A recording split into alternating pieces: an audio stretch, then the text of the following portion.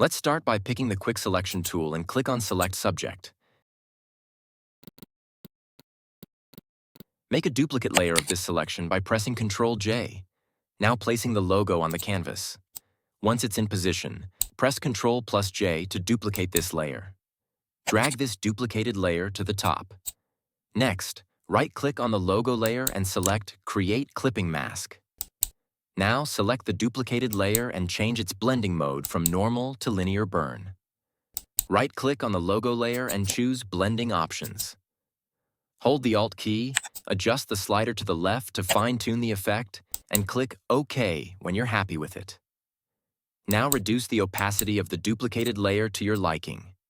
After that, press Ctrl plus Alt plus Shift plus E to merge all the visible layers into a new layer.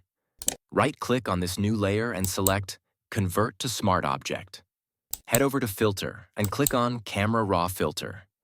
Adjust the settings according to your preference, then hit OK. And there you have it. The logo is perfectly placed and stylized on the canvas.